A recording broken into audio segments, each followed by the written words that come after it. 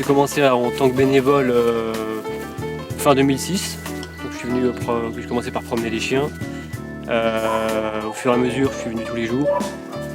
Et j'ai eu la chance qu'une employée démissionne. Et du coup, on m'a proposé le poste et donc j'ai accepté en fin 2007.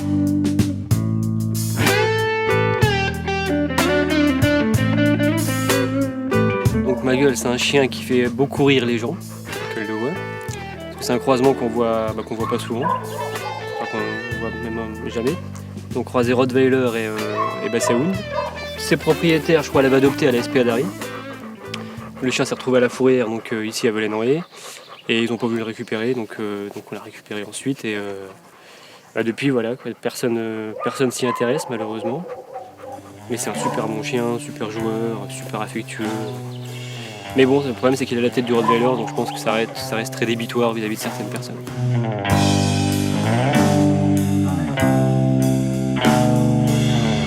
Nous, on a 15 box ici, donc on va dire une capacité une vingtaine de chiens.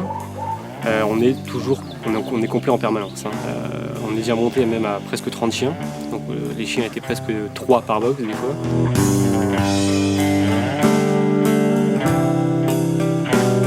Beaucoup de gens pensent que la SPA récupère surtout les animaux en été.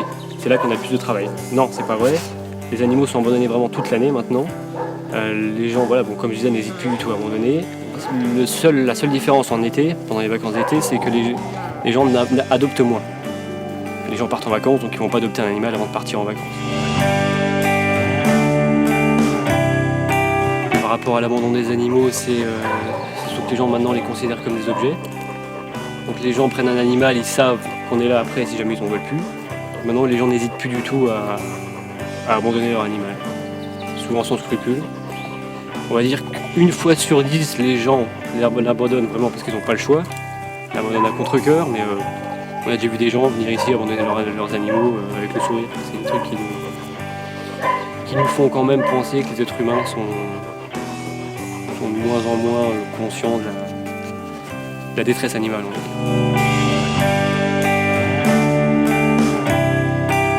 Tant que l'animal n'est pas adopté, de toute façon il reste au refuge. Oui.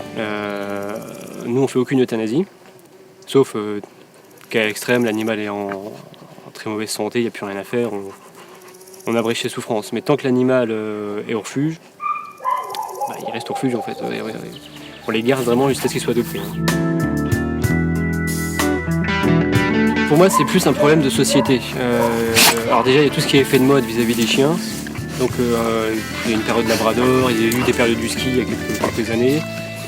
Alors, après, certains chiens passent de mode, on va dire. Donc les gens n'en veulent plus. On a déjà eu des gens, par exemple, qui nous ont ramené un chien et nous demandaient si on ne peut pas l'échanger contre un autre. Les gens considèrent souvent qu'on est la poubelle, entre guillemets. Les gens qui adoptent un chiot, par exemple, ils ne font pas l'effort de faire de l'éducation. Le chien est tout fou, il peut se montrer destructeur sur les meubles, choses comme ça. Et les gens ne font pas l'effort de se renseigner, ne serait-ce que de se renseigner, savoir s'il y a une solution pour le comportement de l'animal.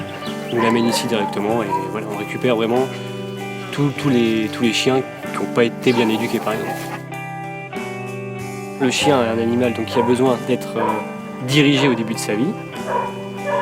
Enfin, le maître aussi d'ailleurs. Donc quand on fait de l'éducation avec son chien, c'est le chien qui est éduqué, mais c'est aussi le maître.